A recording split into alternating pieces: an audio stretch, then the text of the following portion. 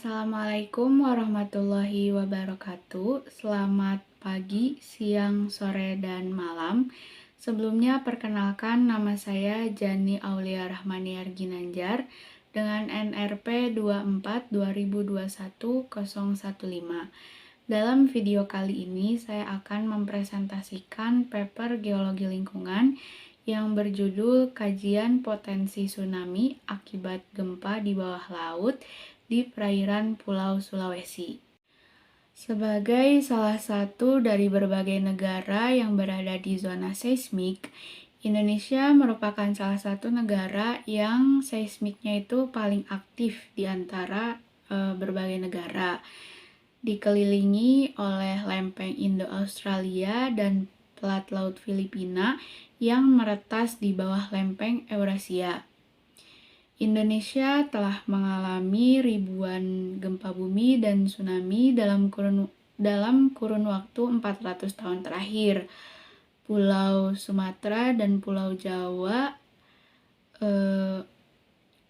sangat rentan dampak terhadap gempa bumi dan tsunami karena berada di bagian lempeng Indo-Australia.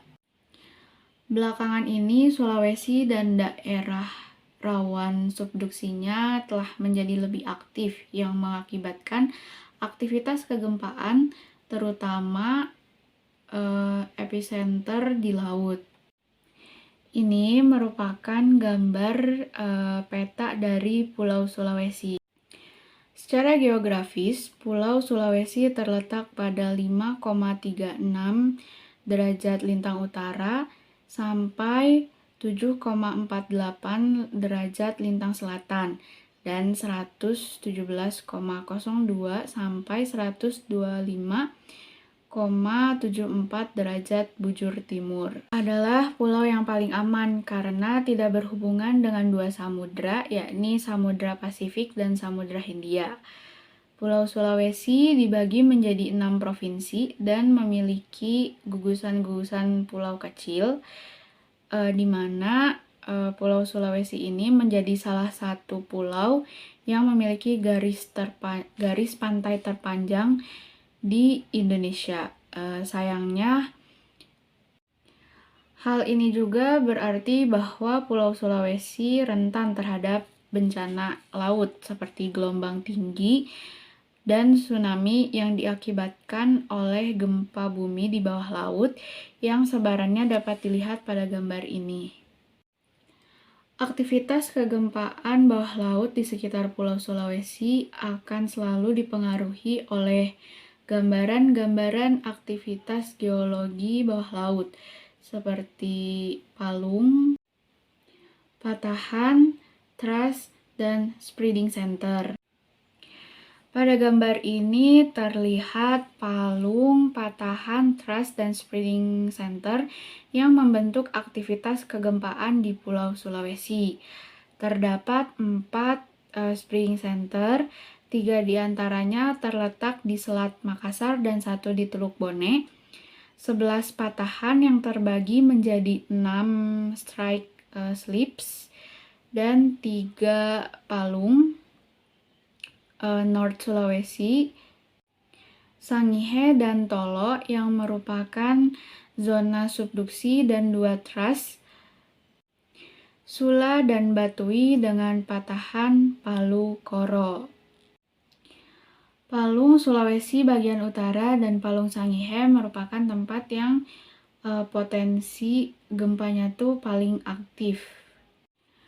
Berbasis data tsunami dan gempa di bawah laut sekitar 400 tahun terakhir, terlihat potensialitas utama tsunami ini dapat terjadi di Pulau Sulawesi bagian utara, di mana terdapat Palung Sulawesi bagian utara dan Palung Sangihe. Terdapat catatan dari Global CMT bahwa telah terjadi gempa bumi sebanyak 270 kali yang bermagnitud di atas 5,0 skala Richter dalam rentan waktu Juli 1976 sampai Oktober 2009.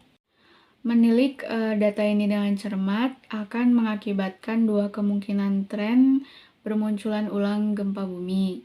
Yang pertama, jumlah aktivitas seismik akan cenderung naik sebesar 26,1% pada periode selanjutnya, yakni periode 2010 sampai 2020.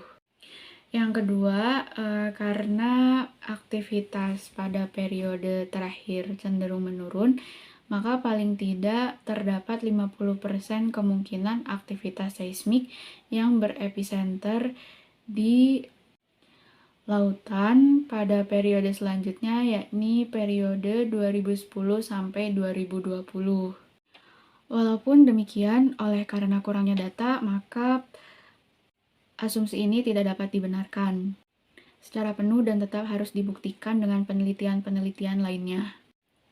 Guna menyelidiki hal tersebut, dilakukan permodelan dan simulasi tsunami yang dibagi menjadi dua, yakni simulasi kejadian lalu dan simulasi kejadian artifisial. Untuk simulasi kejadian lalu, dipilihlah tsunami pada tahun 1996 yang mengambil data dari GEPCO, USGS, dan Global CMT. Hasil simulasi memperlihatkan keakuratan pengambilan parameter dan justifikasi waktu tempuh tsunami yang tepat, di mana ini tuh bakalan jadi acuan untuk simulasi kejadian artifisial.